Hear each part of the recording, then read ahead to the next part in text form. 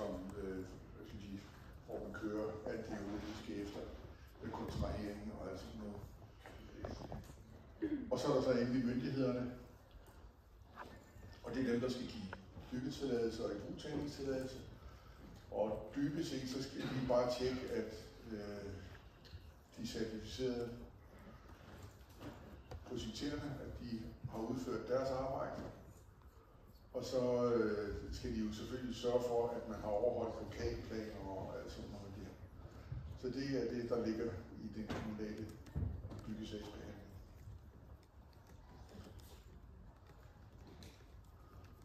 Og så er der så de forskellige dokumenter, der så skal laves. Og det bliver så inddelt, kan I se, i noget statisk dokumentation. Det er jo meget af det, som vi nu skal laves under dimensioneringen her. Og så er der så et udførelsesgrundlag og dokumentation af, at det nu også er udført, sådan som det var projekteret heroppe. Og så er der så noget myndighedsdokumentation. Og igen, det er det der med start- og sluterklæring og ibrugtagningstilladelse, ikke? Alt det der, det er myndighedsdokumentation. Dokumentation, som udført det, hvis man laver nogle afvigelser i forhold til det projekterede. Der kan man godt, så skal man fremsende en dokumentation for det. Og den statiske dokumentation, det er jo de statiske beregninger, altså dem I også sidder og laver på det her kursus for eksempel, ikke? Men dybest set så er entreprenøren, han er jo bedøvende ligeglad med jeres statiske beregninger, ikke? Altså, dem kan han jo ikke, dem bruger han jo ikke til noget som helst, dybest set.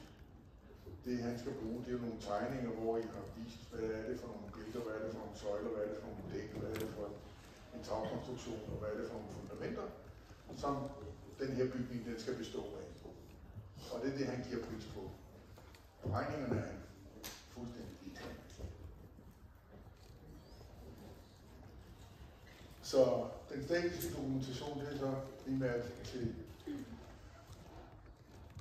den certificerede statiker. Og udførelsesgrundlaget, det er jo så både, I kan se nogle byggesagsbeskrivelser, det er den generelle, hvor man beskriver hele projektet.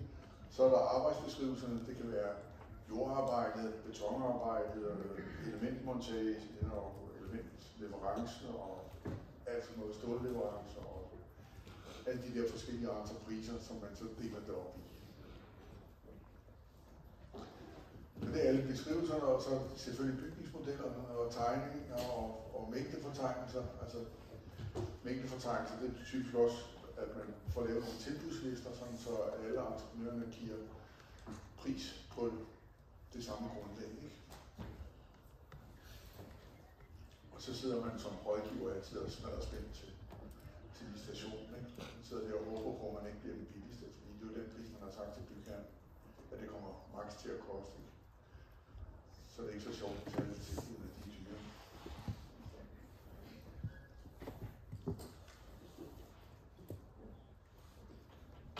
Den sjoveste licitation, jeg har været med til mange sjove licitationer, men en af dem, hvor vi sad og grinte, det var faktisk herude i Ballerup, hvor vi havde Lånegården, jeg kan ikke huske.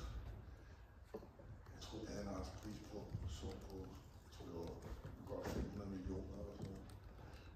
Og jeg var ret nervøs for, om vi nu havde regnet en rigtig pris ud til det projekt der. Når det var så store beløb, vi snakkede om, så skulle der ikke ret meget til før, men altså, så gik det jo helt galt. Og jeg kan ikke huske, det var... Altså, tilbudene, de billigste tilbud, de lå et par procent under vores, eller sådan noget der, ikke? Det var jo simpelthen... Der skulle ikke have været mange regnfejl, for jeg tror, det gået helt galt i hvert fald. Det var meget tæt på. Men det gik godt. Og så jeg har også været med til en station en gang, hvor at tømmermesteren, han ville have opgaven. Så han var, jeg kan ikke huske, 400.000 under nummer 2, ikke? Og ham der var nummer 2, han blev stikstjernen til også, fordi sagde, det kunne simpelthen ikke lade sig gøre at udføre det til den pris. Men det var fordi, at tømmermesterens far havde været med til at arbejde på det der projekt. Det var altså i hans unge dage, der havde faren været med til at renovere nogle bygninger op ved Fredensborg Slot, og nu stod sønnen så og skulle, og den opgave, den skulle sønnen have, havde farmand sagt. Og derfor så havde faren sagt, at tømmeren, det leverer jeg. Så du skal ikke sætte 0 kroner af til alle tømmeren. Og det var noget virkelig stort tømmer. Så derfor blev han billigst. Fordi far havde sagt, at han skulle have opgaven. Så det var, så kan man blive overrasket en gang imellem. Godt. Og så kan I se, nu SBI-anvisning 271, den går primært på den statiske dokumentation, ikke? Og der kan I se, at den statiske dokumentation, den bliver lavet både af de projekterende, men det kan også laves af de udførende. Det lyder lidt underligt. Nu sagde jeg jo lige før, at entreprenøren var fuldstændig ligeglad med jeres statiske beregninger, ikke? Men som rådgiver, som projekterende, der er man jo også nogle gange lidt doven anlagt, ikke? Så det vil sige, at hvis jeg kan få Spændkom for eksempel til at levere alle de statiske beregninger og alle huldækelementer for eksempel til et stort byggeri, så gør jeg jo selvfølgelig det, ikke? Fordi så lader jeg det være en del af betonelementleverencen og skriver i beskrivelserne, at de skal sørge for at indlevere de statiske beregninger og dokumentation for det her, ikke? Så det vil sige, så afleverer jeg bare nogle lastplaner, hvor jeg så siger, at i det område der har jeg den last, og i den område der har jeg den last, og så videre. Og så leverer jeg den tegning til Spændkom for eksempel, eller betonelement, eller for en pokker, det nu ellers er, af elementproducent, ikke? Og så er det den, der leverer de statiske beregninger. Det gør så, at leverandørerne kan være med til at levere. Og det var en del af de udførende, ikke? Så de kan også levere statiske beregninger. Eller hvis det er tåsingelementer, hvis det er træelementer for eksempel, som man også kan bruge. De kan levere færdige taglementer for eksempel i træ. Og så kan man sige til dem, nu skal I bare se, kære venner, I skal regne med den og den last. Og så kan I få lov til at finde ud af, hvordan jeres taglementer de skal opbygges, så de kan holde. Og så kan man jo stille i beskrivelserne, kan man stille krav til, hvad vi skal overholde af ugeværdier og spændvidder og belastninger, ikke?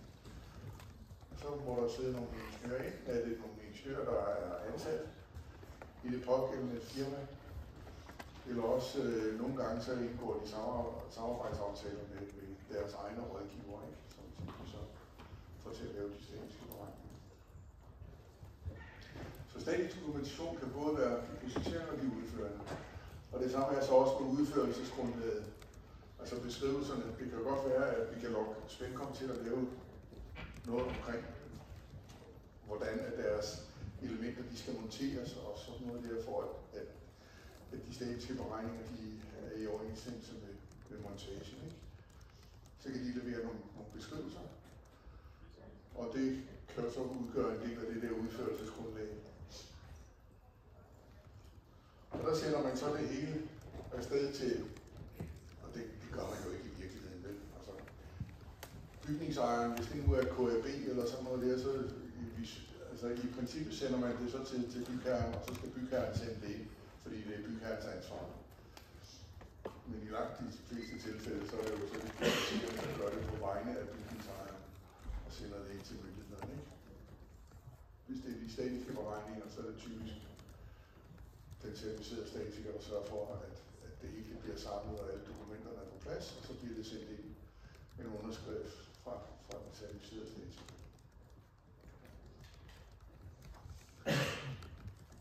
Og så er der sådan lidt figurer her, der viser lidt omkring, altså dels er der jo planlægnings- eller projekteringsfasen, kan man så sige, og der producerer man jo så den statiske dokumentation, der så skal ligge klar der.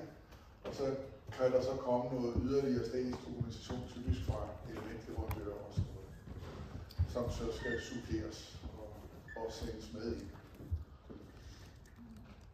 Og så skal man så også have kontrol af, at det bliver udført rigtigt, og man skal lave de der dokumenter, der hører til konstruktion som udført. Og hvis der er ændringer under udførelsen, som ikke er helt i overensstemmelse med det, der er herovre, men at man så har accepteret undervejs, de skal også indsendes. Så det var sådan mere skematisk. Så er der, hvordan man så definerer det her. Der er nogle ord, som man bruger i ESB-anvisning 271. Det er jo blandt andet sådan noget med bygværk. Man inddeler det i bygværker. Og så kan man være altså projekterende for eksempel. Det er den, der har ansvaret for det pågældende bygværk.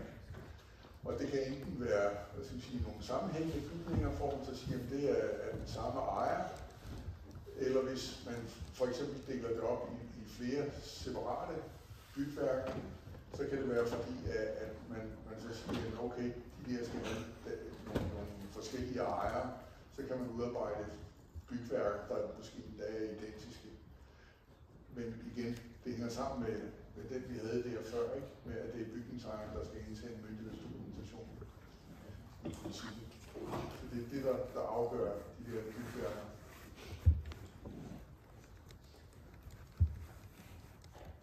Og så er der andre eksempler på, at man kan lave for eksempel et højhus. Altså det kunne være ude i Carlsbergbyen, et af højhusene derude, hvor man så siger, at vi laver et højt hus her, og det er lavet statisk uafhængigt af nogle omkringliggende bygninger eller underjordiske parkeringspladser, eller hvad ved jeg. Og så kan man dele det op i forskellige bygværker, hvor man så siger, at vi indsender højhuset som et separat bygværk, og så den underjordiske del som et separat bygværk. Det kan man også vælge.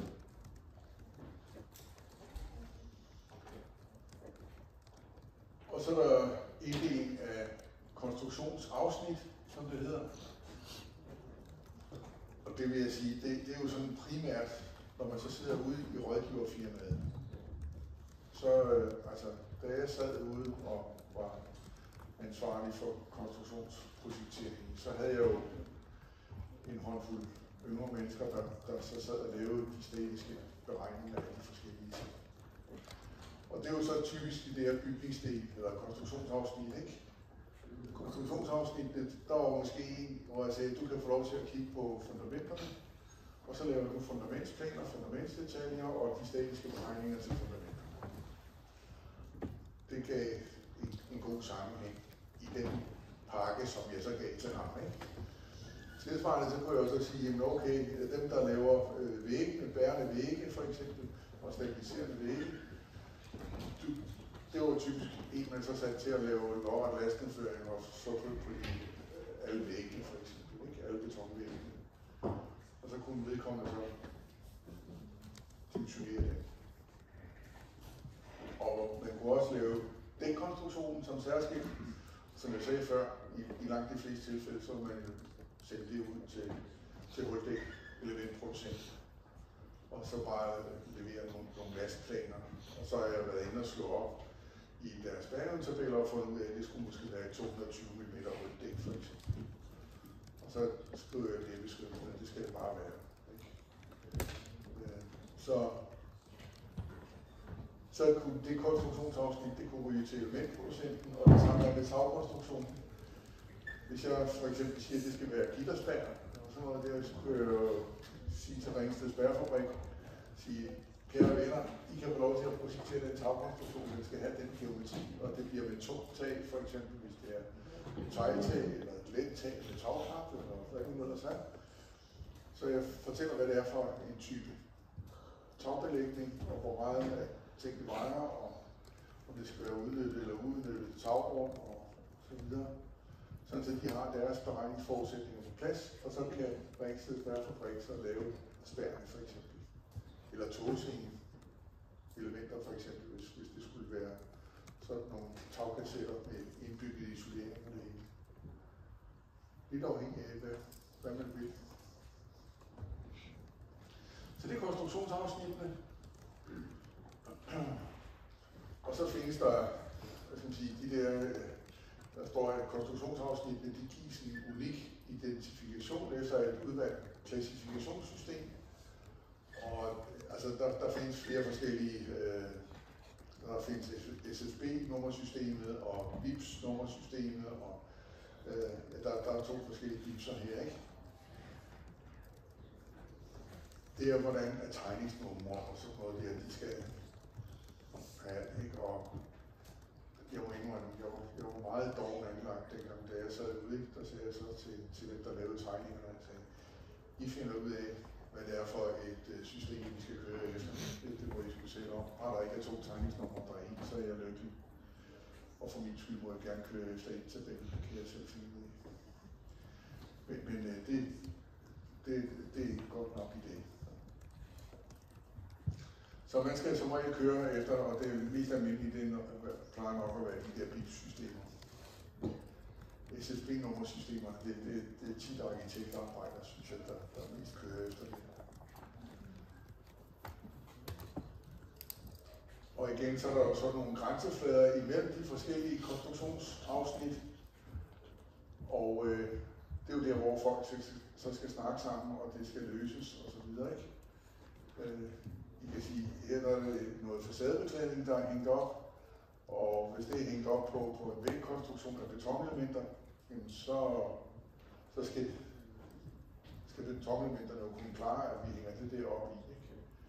Og det skal være koordineret.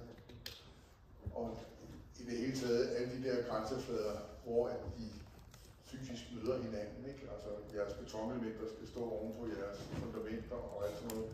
Så skal man lave nogle sokkeldetaljer. Alt det skal man jo have styr på, når man laver hele projekteringen. Godt. Og igen, der kan man se alle de der typiske samlingsdetaljer, som man laver som sådan nogle principielle. Og så kan I se her, der har man ligesom lavet fra forskellige konstruktionsafsnit. Konstruktionsafsnit 1, det er huldæk-elementleverencen for eksempel. Og der skal de skal jo vide, hvordan at det så skal samles med den her kompositbjælke. Det er typisk en stålbjælke, man så støber ud bagefter. Ud fra geometrien, så ligner det en SWT-bjælke. Det mest almindelige er at bruge fejlkondelserbjælker. De ser lidt anderledes ud i tværsnittet. Fred være med det. Men der kan I se konstruktionsafsnit 1, det er så huldækkende. Konstruktionsafsnit 2, det er den der kompositbjælke. Altså konstruktionsafsnit 3, det er så fumarmeringen, fordi det er jo nogle andre folk. Det er jo ikke dem, der producerer dækelementerne. Det er jo, de læser det op på lastbiler og kører ud på byggepladsen, og så bliver det hejst op med kraner og lagt på plads. Men så er der jo nogen, der så skal lægge noget fumarmering ned imellem elementerne og støbe ud med fugebeton, så det hele det hænger sammen som en stor dækskive. Og det er jo så konstruktionsafsnit 3, det er typisk alt fumarmeringen og dimensionering af det. Og så kan I se konstruktionsafsnit 4, det er så, hvis man for eksempel over på den anden side har noget betondæk, der skal støbes på stedet, altså et massivt betondæk. Fordi det hører så også ind under nogle særskilte beskrivelser, ikke, hvor man har plaststøbt beton. Jeg håber, det giver mening. Men det er systematikken i de forskellige opdelinger. Så kan man sige, at de enkelte konstruktionsdele, det kunne for eksempel være sådan et gitterspær. Som jeg sagde før, det kan man sende afsted til Ringsted Spærfabrik eller en af de andre spærproducenter. Og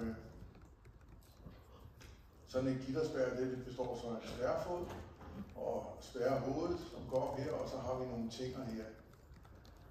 Og så er der jo selvfølgelig nogle samlingsbeslag, det plejer at være nogle indpressede sømbeslag, som man har i alle samlingerne.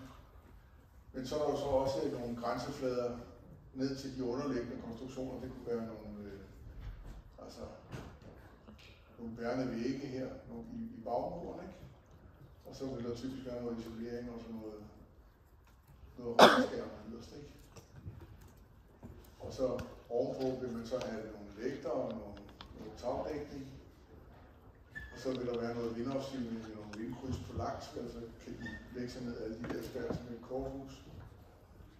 Så alt det der skal der gøres rede for under den konstruktionsdel her. Så er der konstruktionsklasser. Konstruktionsklasser, det hænger lidt sammen med det, man også havde tidligere, for der havde man noget, der hed konsekvensklasser, men vi har fået nogle ekstra røg med her. Men I kan se, konsekvensklasse CC1, det er typisk etetages bygninger, altså enfamiliehuse, rækkehuse og sommerhus, hvor der altså ikke er nogen vandrette lejlighedsskilt. Eller ude på landet, af til driftsbygninger i en etage med en maks spændvidde på 40 meter. Og der må ikke være stor fare for tab af dyreliv eller menneskeliv. Og fordi hvis der er mange dyr inde i den her hal, hvor der er 40 meter spænd, så vil det jo have stor samfundsmæssig værdi, hvis der sker et svigt. Så ryger den op i middel konstruktionsklasse der, ikke? Eller høj, måske endda. Og så industri- og lagerbygninger i en etage også maks spændvidde på 40 meter, og igen, at det ikke ryger op i en af de andre, hvis der er store værdier, ikke? Så det I typisk kan få lov til at skrive under på, kan man så sige, når I kommer ud herfra, det er så typisk CC1-bygninger. Altså dem, der er i konstruktionsklasse 1. Konstruktionsklasse 2, der kan man sige, hvis det er simpelt og traditionelt, jamen så, og jeg tror det er maks 12 meter til gulv i øverste etage, tror jeg det er, ikke? Så hedder den konstruktionsklasse 2. Hvis det er meget komplekst eller utraditionelt, altså hvis man bruger for eksempel nye byggematerialer eller et eller andet, gør det på en utraditionel måde, så skal den op i konstruktionsklasse 3. Hvorimod hvis I typisk har bygninger, der er mere end 12 meter til gulv i øverste etage, og så ryger I op i høj konsekvensklasse og dermed op i konstruktionsklasse 3. Og så kan der være meget komplekse bygninger. Jeg kan huske, hvis I har set Nykredits bygning inde ved Kalvebod Brygge, med den de kalder for krystal og sky, der står på 3 punkter i princippet, og en stålkonstruktion, som ser meget apart ud, stål og glas. Den bygning, den røg op i ekstra høj konsekvensklasse, den der hedder konsekvensklasse CC3+. Og så skal man altså have en certificering til konstruktionsklasse 4, hvis man skal skrive under på det her. Og det vil sige, så er der også typisk ekstern kontrol på. Ikke nok med, at der sidder en certificeret statiker, men der skal være en anden uafhængig certificeret statiker, der også er godkendt til KK4, som så der skal være 2 på til at skrive over, når man kommer op i ekstra høj. Yes? Er det nogle kurser, der har eller bare opgraderet til KK4, hvis der? Nej, der er forskellige krav til, hvad det er, kan man sige. Ikke? Jeg kan ikke huske de der krav udenad, men for at få en certificering til konstruktionsklasse 2, for eksempel, det er det første, man plejer at starte med. Der skal man have et eller andet antal ECTS-point for at kunne blive certificeret statiker, ikke? Inden for bærende konstruktioner. Så det vil sige, at hvis man typisk har taget konstruktionsvejen herude, så burde man kunne gå ind og blive certificerede statikere til konstruktionsklasse 2.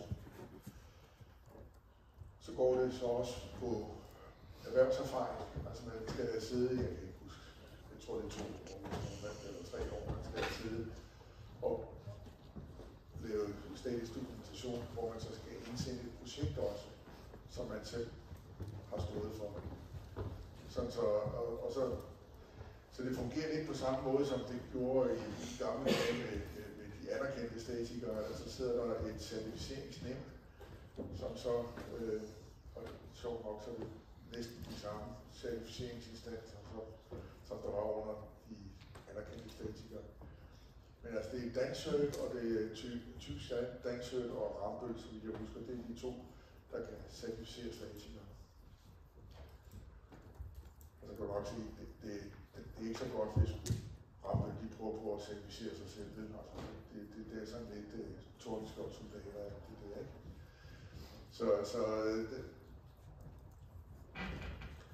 Så der sidder nogen, der er certificerede statikere, og skal være højere certificerede end det, de så godkender folk til. Ikke? Og så er der lidt, altså, at man skal have vist erfaring, at man har været på nogle af de her komplicerede projekter også, for at kunne blive opgraderet til en højere klasse. Og når man så først kommer op til CC3 og altså KK3 og KK4, så mener jeg også, at man skal indsende en liste over de projekter, man har været certificeret statiker på i en eller anden, jeg mener det er hver 4. eller 5. år eller sådan noget der. Men man skal indsende en liste til certificeringsnævnet, ikke? Hvor at de så ser, fordi hvis man ikke bruger sin certificeringsordning, så bliver man ikke. Så det skal være folk, der er aktive, fordi det var et af de store problemer, der var med de anerkendte statikere, ikke? Altså, folk var jo både 70 og 80, ikke? Og var stadigvæk anerkendte statikere og kunne skrive under, og det kunne godt være, at der gik 5 år imellem, at man havde skrevet under på de komplicerede byggerier, ikke? Det synes man ikke var troværdigt. Så derfor bliver der holdt øje med, at man så også bruger sin certificering.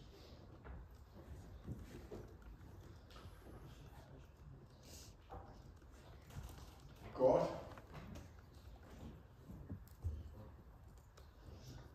Og så er der fremgangsmåden ved indplacering i konstruktionsklasser.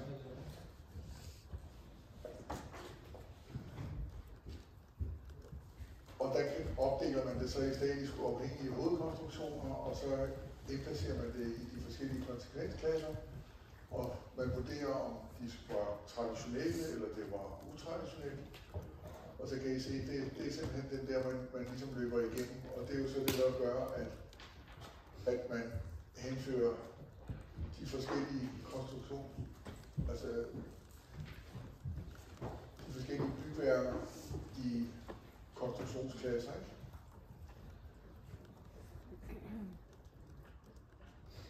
Og der kan I se nogle eksempler på det. For eksempel her, der har vi et højhus. Det ryger automatisk over i konstruktionsklasse 4, fordi det er højt. Vores 20-etagers bygning. Så har vi en herovre, hvor der er mere end 12 meter til gulv i øverste etage, så ryger den op i konstruktionsklasse 3. Men hvis jeg så har et teknikhus, der står op på taget af den der, så kan jeg jo godt få lov til at lave den som konstruktionsklasse 2, fordi den falder ikke så langt, den der, hvis det skal der sammen. Dybest set så kunne det jo være en eller anden stålramme konstruktion, som jeg sagde oven på mit 5-etagers højhus. Så den der øverste etage kan jeg godt lave i konstruktionsklasse 2, men alle de andre etager nedenunder skal være i konstruktionsklasse 3. Så jeg skal bare lave den som et særskilt bygværk. Så har jeg måske en forbindelsesbygning hernede i 2 etager. Jamen det er jo så bare konstruktionsklasse 2. Og så havde vi den der hen i konstruktionsklasse 4, og hvis jeg så laver en bygning herude i 1 etage, det kunne være et eller andet festlokale, eller hvad ved jeg. Hvis det er sådan en fritstående 1 etagesbygning, så ryger den jo bare ind i konstruktionsklasse 1. Så her der har jeg sådan nogle eksempler på både konstruktionsklasse 1, 2, 3 og 4. Ikke?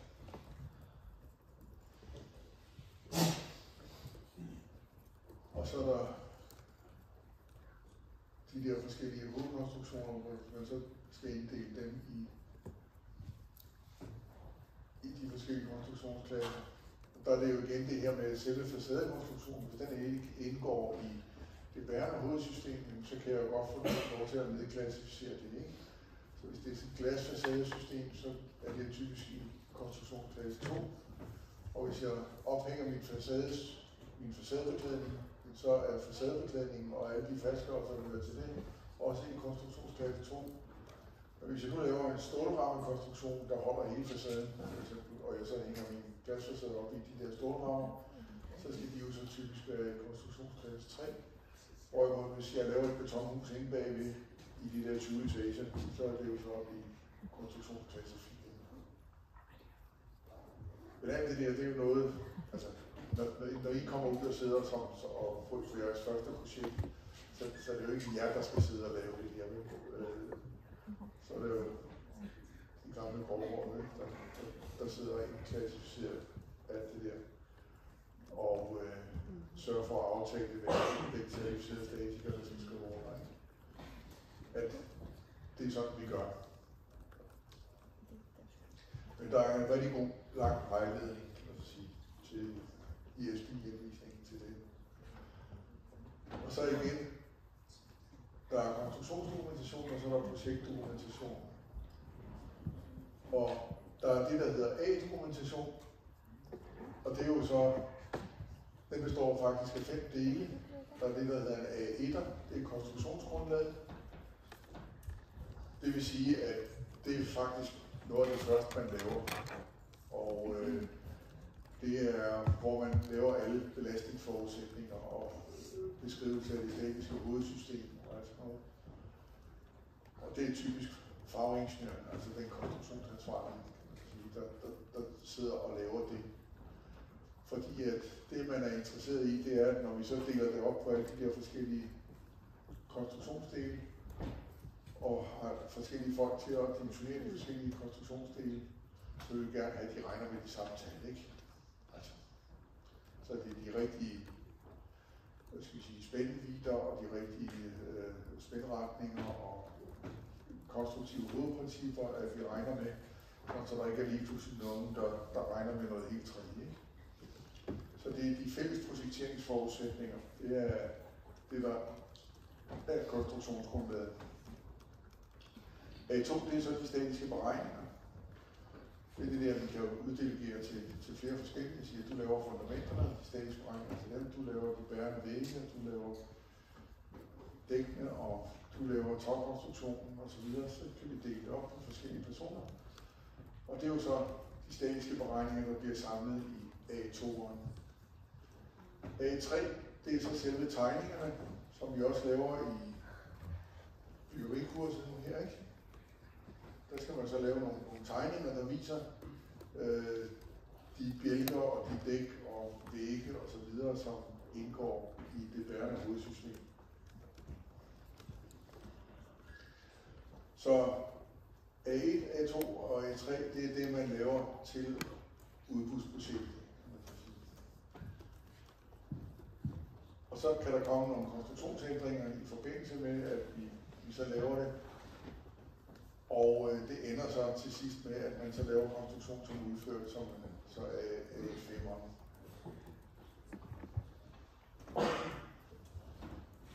Så er der projektdokumentationen.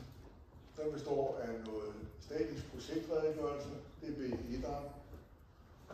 Og så kan I se, at statisk kontrolplan, det vil så sige, at det er, hvad skal man kontrollere ude på pladsen, bliver udført rigtigt, kan man så sige, for at vi kan være helt sikre på, at de der statiske beregninger, vi har lavet i år, de også holder i virkeligheden, ikke? Typisk sådan noget med fugormeringsplan og alt sådan noget, at man går ud og kontrollerer, at fugormeringen er lagt i rigtigt, ikke? Jeg kan huske en gang, hvor vi havde lavet et